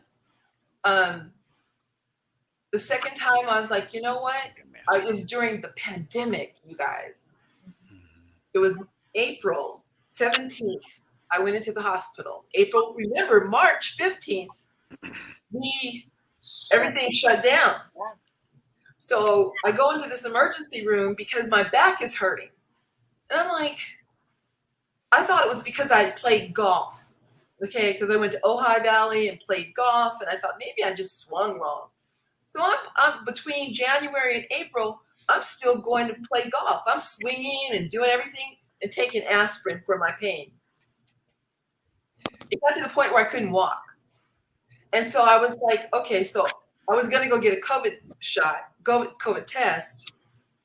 And I ended up going to the emergency room because I couldn't walk. And I finally get there. And 12 hours later, I learned 12 hours of pain. Okay. They couldn't give me any painkillers until they knew what was going on. So after 12 hours, I learned that I had a fracture in my back. And it was cancer.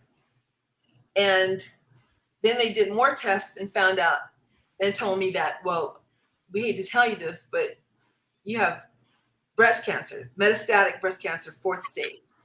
And the only thing I could say was, okay, so I'm fucking gonna die. And I had nobody in the room with me. I was by myself. Couldn't call anybody because it was 1:00 in the morning when I heard this, and they just prepared me for admission to do more tests. And throughout, when I first heard it, I was just like, oh my God, I'm going to die. I'm going to die. I didn't know what I was going to do, because you hear so many stories of people dying, just like with months to live. So I'm in the hospital and I'm just like, you know what, God, what is it? What is it? When I came from Seattle, I was walking my dog. I didn't have a job. I had no money. I was living with my friend in Beverly Hills, and I heard this voice like you, Lorenda, that said, do your artwork. Everything is going to be okay. Trust. I swear to God, I swear to Jesus that I heard those words. And I followed it. I followed the word. And I started working. That's why I went to get the paper, because I didn't have any money. Okay? So that's all happening. And I'm in the hospital and I'm saying, God, you promised me that if I did this work, everything was going to be okay. So I just laid there and I just trusted in God, and I just said, you know what? I'm going to beat this bitch. I'm a beater. Okay? It's going to happen. Watch me. Watch me. Watch me. Yes. And I'm laying there with, cancer in my vertebrae, in my scapula, in my kidneys, in my lungs, in my left breast, big, Yep. I'm saying yes, because I wrote all of that down and been blowing up the prayer line every Wednesday morning. People, I'm sure, got sick of hearing your name, Chelle, but it's like, she will live and not die in the name of Jesus. So, man, you know what? I just believe in God's promise. Yeah, that's all I can say. And to let you know how great my faith is, the cancer in my lungs is still there, but the breast, the scapula, my vertebrae, gone. Kidneys, gone. Thank you. So this whole thing, when I'm working, I'm giving thanks. I thank God for being here. And people ask me, how am I doing? I thank God for being mobile. Thank God for being independent. Thank God for not needing anything. I thank God for my health, because I am healthy. I went into this healthy. So I'm like, I'm going to come out healthy. So anyway, that's Didn't you get COVID? Didn't you get COVID too? No, I did not get COVID. Oh, I'm sorry. Why you gonna give her no more? I'm like bulletproof. A divine artist said, "Warrior woman." Yeah. That's right. These warriors in back of me. Yeah. That's right. That's a big part of my work, a warrior. Well, thank you, Chelle, for sharing all of that. Thank you. I know. I just kind of like went, but no, that was listen. You get to go where you need to go, and we were there with you. We shaking shit up in the name of God. Let's do it. Yeah. But Kimberly had a question. Chelle, you had two pieces with women with the flower in their hair. Were they inspired or tribute to Billie Holiday? Oh, what pieces had flowers? I thought it was yes, because I remember doing a review on your work, because I remember I was following you a couple of times. You were interviewed, like on these shows, and I was like taking notes. And I remember, I think you said yes on those pieces with the flower, because God, I'm trying to remember. You've been inspired by Naomi Campbell, Naomi Sims. Oh yes, Lorenda, thank you. See how we hold each other up? Side by side. Yes. Charles, that was called Warped Beauty. Morph Beauty.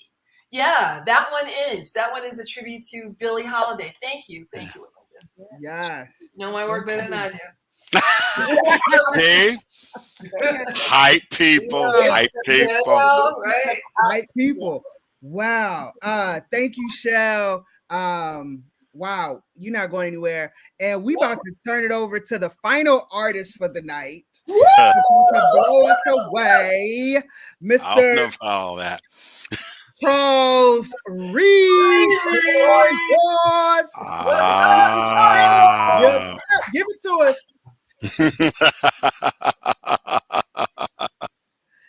Yeah.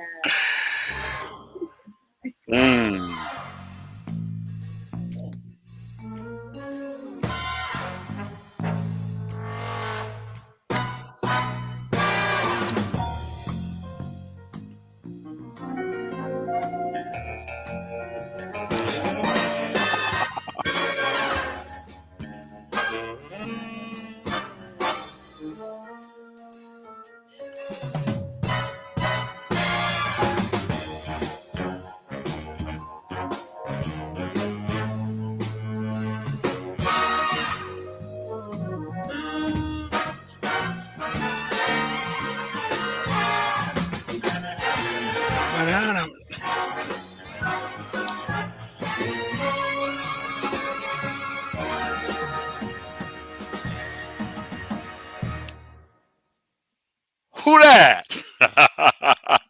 Thank you for that, Mr. Michael.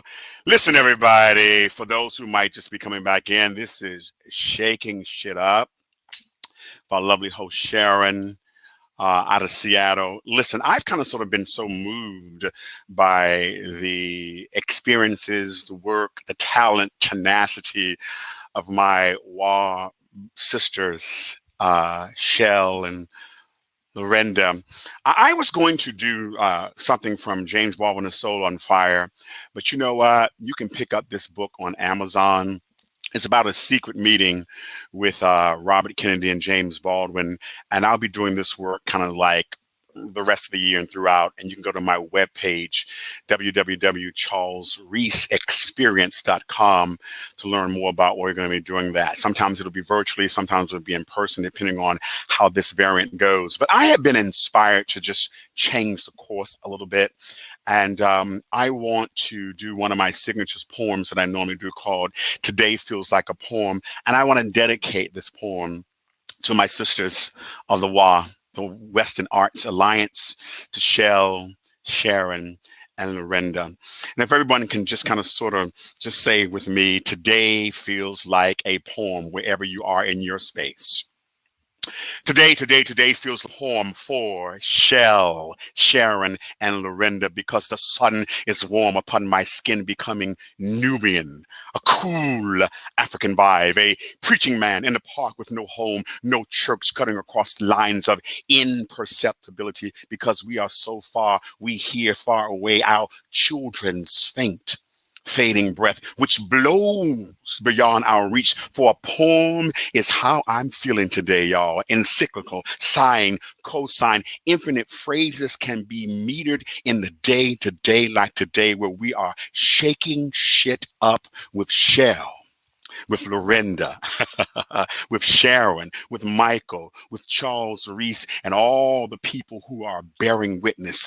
We are taking action. We are moving beyond the limits of state apparatuses, struggling to control freedom outside of its natural formations, where our poems are our songs, and our songs are our poems. Langston Hughes said, I've known rivers, ancient as the world and older than the flow of human blood in human vein. My soul has grown deep like the rivers. I bathed in the Euphrates when dawns were young. I built my hut near the Congo, and it lulled me to sleep. I heard the singing of the Mississippi. M-I, cricket letter, I, cricket letter, I, humpback, I. I've heard the singing of the Mississippi when Abe Lincoln went down to New Orleans, and I've seen its muddy bosom turn all golden in the sunset. I've known rivers. A poem is a song, y'all, and a song is a poem. Maya Angelou said, you may write me down in history with your bitter, twisted lies. You may trod me in the very dirt, but still still like dust. I will rise. A poem. It's a song, y'all, and a song is a poem. Sam Cooke sang it best when he said, I was born by the river in a little tent. But just like the river, I've been running. It's been a long time coming, but I know a change is coming, Shell. A change is coming, Lorenda. A change is coming, Sharon. A change is coming, Michael. A change is coming. We will be moved by this poem. We will be changed by this poem. It will help us walk in the spirit. It'll make us shout hallelujah, because today feels like a poem. And it just simply says, in the words of James Arthur Baldwin, go where your blood beats. If you don't live the only life that you have, you won't live some other life. You won't live any life at all. Today feels like a poem. Peace, blessings, ashe.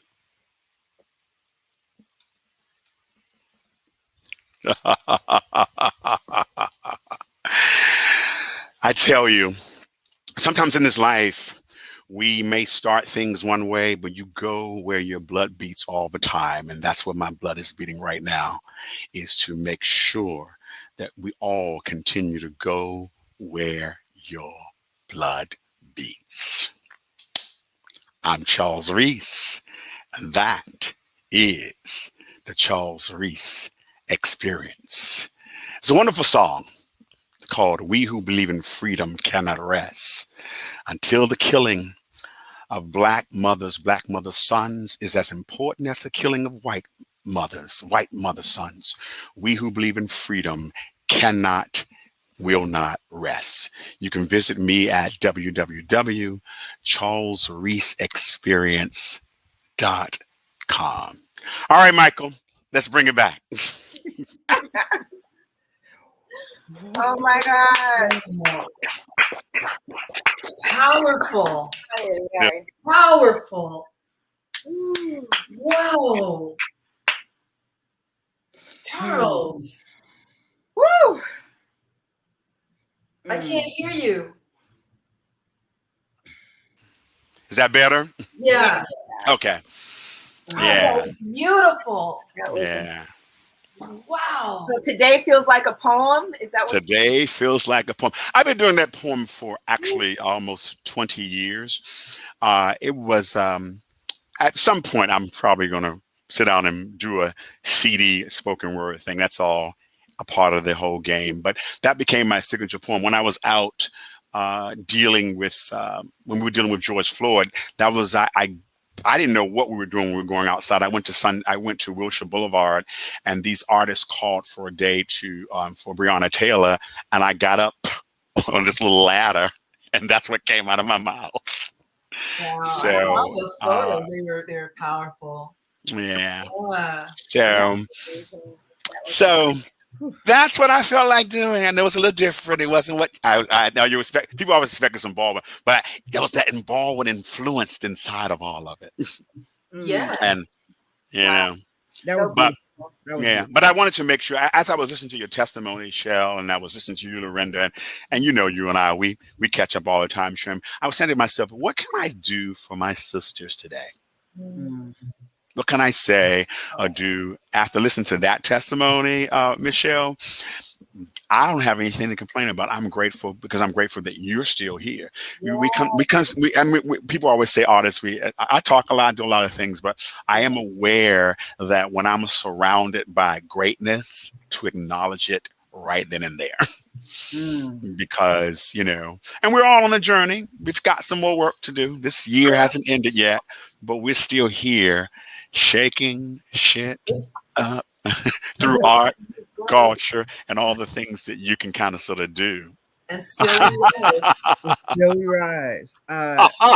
Charles, Michelle said you have a great voice. Do you sing? If so, please grace us with a little sample. Go, Charles. Go, Charles. Go, Charles. Go, Charles. You know what? It's so funny that you said I've been going back taking vocal classes just to warm up a tune. I'm one of those folk that I'm always like that middle of the road guy who'll get a little solo here and there. I do sing, but I always tell people I hum. I'm a hummeweller, so they don't expect a lot of things from you. So when something actually happens, you know, you be like, you get the job, and that's that. But there's a little Broadway tune. I'm just going to sing. We always sing 16 bars or something, just 16 bars. There's a little show called Five Guys Named Mo, and this is a little song that comes into the middle. My friends say I can do a lot better. If this keeps up, I will soon need a nurse. I know I can't do any better, but believe me, I can do a lot worse. Let's have it understood. It's you and me for good, and anyone who doubts it gotta go. 'Cause I know what I've got, but I don't know what I'm getting. Here's something you should know. I forgot to tell her that I love her so. Now, it's coming back to 16 me. bars. Now, the parking lot experience. Oh, yes, We were singing up a storm. Yes, that is the voice. Experience. Parking lot Come experience. on, We were singing up a come storm. on, redo. That's 16 bars. That's all I got as a hummerweller. And you know, Charles will say if you make him sing more than 16 bars, he'll say, pay me. Okay, we're talking about scale now. I paid my vocal instructor 4 sessions in advance, so I have 4 more sessions before I run to New York and go. But you know, I'm one of those ones that, I mean, there's so many people that can sing. I'm grateful that I still have a voice at 58, that is still intact. Beautiful. And so I'm grateful for that we can still hum a tune every now and then and never say no. But 16 bars is what I give. That's what's up. So you got some comments. Oh, Lordy. Jenny Fine said, "Can you please be the narrator of my life?" I know, right? And Divine Artist said, "I know, right?" I know, right? Jenny Fine said, "Bravo." Another wow. Artist says, "Ashe." And Divine said, "Ashe, Ashe, Ashe." I met Aaron. Briley Really? said, "Thank She's so you. sweet. Amazing experience." A Divine Artist says, "Finger snaps, y'all." Kimberly says, "Charles, your voice. I can listen to you forever." That's very kind. And Charles, your CDs Sandra going says, "And a great laugh." Divine Brown PR said, "Very moving piece, Charles." Yes. Thank you, Divine Brown. Jenny Fine gave a smiley face, and then Michelle said, "Love it, a true performer you are." Mm-hmm. Yes. Wow. Yes. Yo. He is a Ooh. walking performer. Y'all are shaking shit up. For real. Charles walks into a room and you could feel his energy. It's like All the time. this big old bubble, and Yes. he walks in, and it's just like fire. Yeah. Here. Everywhere you go. Charles is in the room. It's true. Yes. Charles, can you talk a little bit about your love for James Baldwin? Very good question. I met James Baldwin when I was 18 years old on the campus of Morehouse College Whoa. in 1981. Wow. I was terrified. I was green. I knew who he was. He said, "Ma, you have eyes like mine." And I said, "Thank you." And I ran. No. So I understand your experience. Right. He didn't So- bow. He didn't curtsy. No, I ran. Okay, the reason why I ran was because in 1981, as a freshman, we were going, and in Atlanta, Georgia, we were going through the Wayne Williams murder case. And so they told us, well, first of all, I was trying to run because we had a curfew. You had to be in before 8 o'clock in your dorm. And they told us, we see strange people. So Baldwin he had these big eyes. It was a little dark. And he had on this cape. And I just ran. And I realized who it was. I told my roommate, I think I just ran the ball. They said, yeah, he's going to be speaking. So later on, I tried to catch some of the speaking, but I didn't get to catch him on the speaking. But he wrote a book from that experience called The Evidence of Things Are Not Seen. That actually book is about the Wayne Williams case. And so in my freshman year, the trial was going on. And so we were getting information about that trial every Thursday in assembly. So I was like, and my mother was terrified because she's like, I'm sending my baby to this school. I want him to go to college. He's the first to go to college, but I don't want him to come back dead. That's what everybody was worried about, whether or not we were going to be killed or not, because Wayne Williams was only convicted for 2, but Baldwin was there on the scene. And here's the deal. He was working for Playboy magazine. They hired him to write a one-up story, and a one-up story turned into a whole book, The Evidence of Things Not Seen. And so from that point, I don't know what hit me, that one line or whatever he said to me, it must have stayed in my head. I graduated from college, and 4 years later, I found myself in France looking for James Baldwin. I got to Paris in 1985 in the summer with my dear friend Howard Simon, who ended up writing this play years later. We got to Paris and found out that Baldwin was not in France in that summer because they ain't having emails or texts. And so we all over there looking for Baldwin. He ain't even there. And then 2 years later, he passes away. So we didn't get to meet up again, but I ended up doing a play 21 years ago on Off-Broadway at the New Federal Theater. And I got this review, and that's been my Baldwin life. And I've been kind of sort of dealing with Baldwin for 21 years. Wow. And you had news about that theater. Yeah. So the theater that we did the piece in 21 years ago is called the New Federal Theater, which is on the Lower East Side for all the people who are in New York or not in New York. And it's run by a guy by the name of Woody King Jr., who's actually, he just recently retired. He's 80 something years old. On Sunday, September the 26th, the day before I get into New York, he will be receiving a Tony Award for the New Federal Theater. So my play now is being a play that was done at the Tony Award winning New Federal Theater. Yeah. So he's going to the Tonys. He's going to the Tonys. Yes, he will be at the Tonys. And I'm going to see if I'm going to slide in there. We'll see what happens. But I've already congratulated him. But Charles slides everywhere. so we'll see what happens. I'm chilling, and Charles sends this picture of him and Marla Gibbs at her. Yeah, like, I had to be there. Like, yeah, I'm like, yeah, me and Marla. Tell the story, Charles. Her daughter. Well, to be honest with you, her daughter Angela Gibbs. We got the invitation to this private party.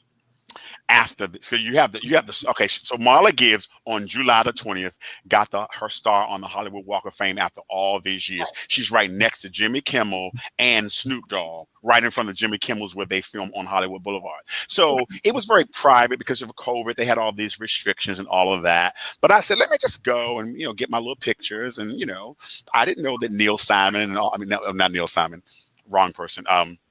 What's the guy that produced all of the stuff for the show? I just lost his whole name, but he did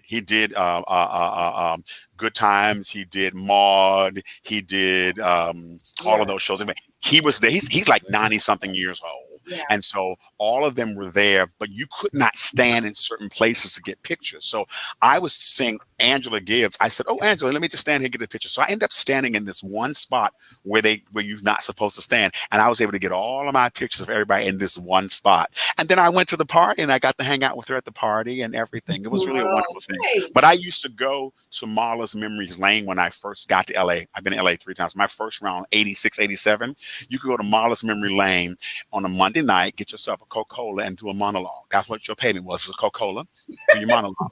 And then she would finish up she would do her jazz set on Monday nights. And that's what I remember. So I've been kind of sort of around Marla and her things for all those years.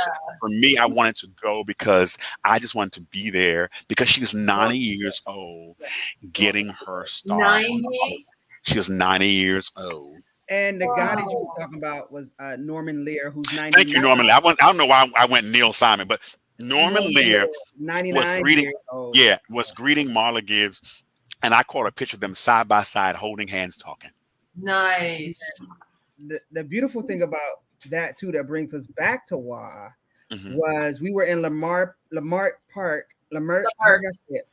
Park, Yeah. and you told the story about how she used to own a theater. Yes. Yeah, that's right. So, and it's so interesting because that theater's remember. So, in the 90s, around between 93, probably before 93, between that, before, she owned that before, between 1994 till maybe 2000 something, she ran the Vision Theater, which is being revived now. But she had that theater. The thing that premiered that at that theater in Lamert Park was she did Meteor Man with Robert Townsend. It actually premiered in the Vision Theater. Oh my And so goodness. she had that theater, and she had another theater where it's now a parking lot on 43rd and Degnan. It was called the Crossroads Theater. And so her daughter, Angela Gibbs, along with my good friend Shay Wafer, they ran that theater. Yes, I have my Shay- glass too. Shay Wafer? Yes, Yes. And so all right. And Yeah, so we got there you that have it. at WA. At WA. And so that theater called Crossroads was where John Singleton had his auditions for Boys in the Hood Oh my when God. it was there that time. And also the artistic director of the Crossroads, it was a smaller version. So she had the smaller theater and she had the big one. So at the Crossroads, y'all remember Grady from Yeah. Sanford and Son, Whitmore Mayor? He was the artistic director of the Crossroads Theater at the time. This is a one back, little back history. So you had Crossroads here, and then you had the bigger theater, and she ended up giving it all back, in her later part of life, because it never got developed the way she wanted to, because she had the restaurant was on Arlington and ML King. So you had Marla's Memory. She had the best Sunday brunch. She used to feed people on Thanksgiving because I participated in that. She used to set up in the parking lot of the Crenshaw Mall. It was called Crenshaw Mall then, y'all. It's called Baldwin, Crenshaw Hills now. But she used to feed people, and so she had 2 theater spaces that she ran during that time, and her daughter was very significant in that, and Shay Wafer, because Shay Wafer was on one of the panels back then and there. So yeah. And I have a connection with Shay Wafer because of Cornerstone. Cornerstone, yeah, she was there. Yeah, she was a managing director there for a number of years. And Shay Wafer was on one of the panels during the Black Art thing for WA. Yeah. And yes, Michelle Evans says, "Oh my God, this is Michelle on Staten Island, staying up to experience you, and it is worth every missed wink of sleep. I see you in New York, baby." That is Michelle Evans Arundel Esquire. Esquire. Yeah. Yes. Oh my goodness, New York. Then a divine artist said, "Oh my God, memories, Marla's Memory Lane, Crossroads." Yeah. Definitely. Y'all, we are at the 2-hour mark. Yeah. And it doesn't even feel like it's been like 30 minutes. Wow. We're good. We're good. So I want to say thank you to my fam, because y'all are my fam. WA fam forever. This show has been amazing. My cousin just said, y'all have all put me on notice that I have to up my game, and nothing should ever stop me from reaching my goals. That's right. Thanks so much. Fire. Yes, Kimberly, get that book done and start that podcast and keep doing you. But y'all inspire me each and every day, and I am so proud to call you my friends. Likewise. I call you an artist. Wow, family. Because we are family for real. And to wrap this show up, Sandra Briley said, "You are all incredible group of artists. Thank you." We've kind of kept him on the behind the scenes today because he wasn't feeling well, but he always has something great to say. So we're going to turn it over to wrap it up because he's had a chance to sit with all of this, Mr. Michael B. Maine. Michael. Kept our sound good, kept us looking good. Yeah. Michael, Thank you all for being Michael. here. Absolutely. This show has reminded me of growing up and watching my parents hang out with their best friends. And every time I tried to peek and see what they were doing with the dominoes and the cards and everything, and they were like, I'm gonna need you to go back in that room while grown folks is talking. Oh my gosh. It's beautiful to watch people who love each other so obviously, celebrate each other, and in general, and especially to see artists uplifting other artists, Black artists uplifting other Black artists is a beautiful thing. And I appreciate being able to, as you said, Charles Reese, and as James Baldwin has also said numerous times, to allow me to bear witness to this experience. It's really special. Another couple of things that I heard were when surrounded by greatness. And Sharon, you didn't say much about yourself in this, but I see there is so much greatness here. And each and every one of you, Sharon, you didn't share your stories necessarily here in this episode, but each one of you has shared stories tonight about the world telling you, the energy, space, other people saying things like, this is not your time to create. And that's when you created some of your most important, most valuable work, and the work that resonates with you and then also with other folks. So whether it was a hospital bed, bearing witness to the murder of our people, whether it was homelessness, houselessness, mental health concerns, when we're faced with those kinds of things, is the easy thing is often to give up and stop. But there was something deep inside that kept all of you going. And that's something for me that I'm taking away from this particular episode, is that I don't want to use the word inspiration. I mean, it fits, but it feels like it's so innate into who you are as people, whether it's trained, something you're born with, something that was developed.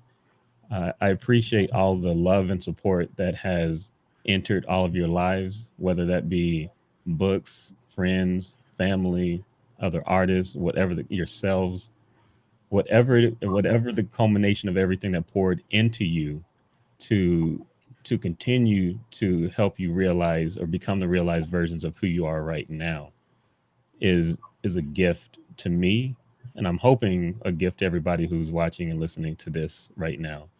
And so I don't really have a ton of things to say, except for that I really appreciate all of your work. And as I will often say, your work stands on its own. And I appreciate the work.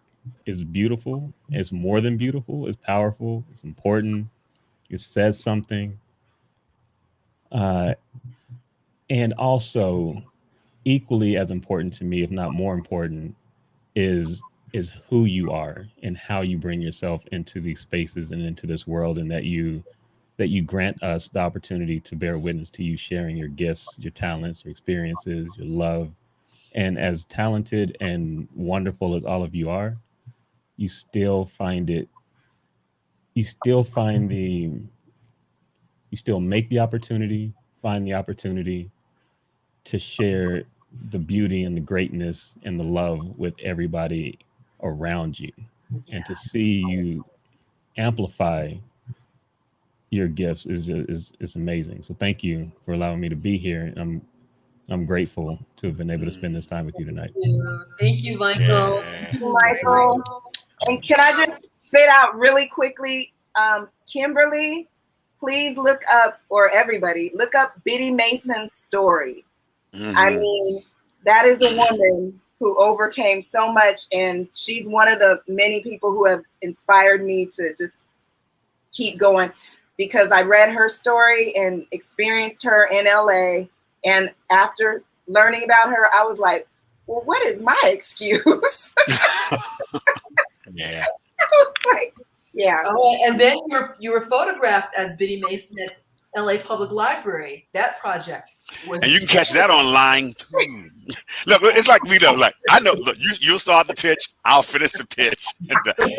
Michael, I want to say thank you, Michael. Thank you, Michael. I know you weren't feeling really good, but I'm glad that you. People always. There's always that back. I don't like to say backhand, but all the stuff you kept this whole show moving, my brother. Yeah, and so you were like that drummer that kept that beat. You were like that bass player that gave us that boom boom. You were like that. You gave us a tap. If you were a tap dancer, you gave us you were really holding the beat down and that heartbeat for this evening. And that's that. And from an artist point of view, if you weren't here, what we got? Yeah, that's right. BDY. Yeah. Michelle said your chemistry is power. This episode of Shakin Shit Up was like looking in on the reunion of close relatives who have not seen each other in a long time. Stacy said, "Hey Michael." Kimberly said, "Praying Michael feels better and we miss you." Michelle says, "Thanks, Michael." Hey, Michael, you get some love. Stacy said, "Thank you all." Yeah. And then love you. And then my dad texted and said, I am happy you all finally got together. Just don't take so long to get together again. Oh,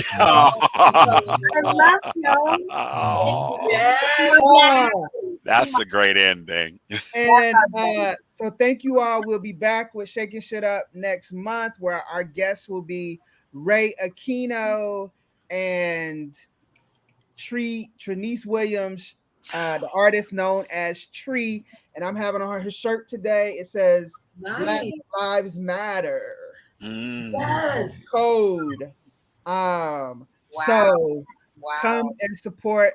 It'll be on my social media pages and all that stuff.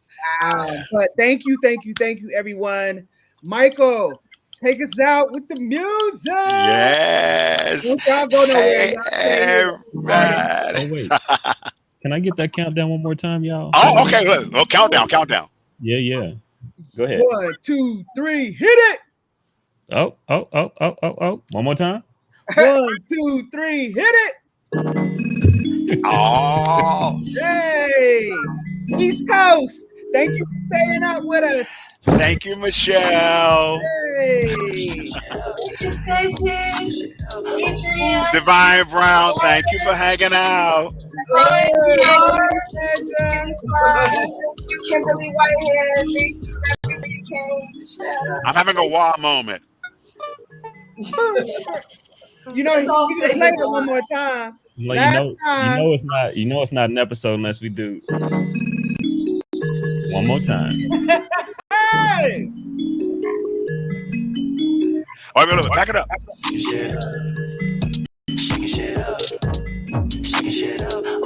See, I had to change it to my white. I went from my blue to my white. Watch this.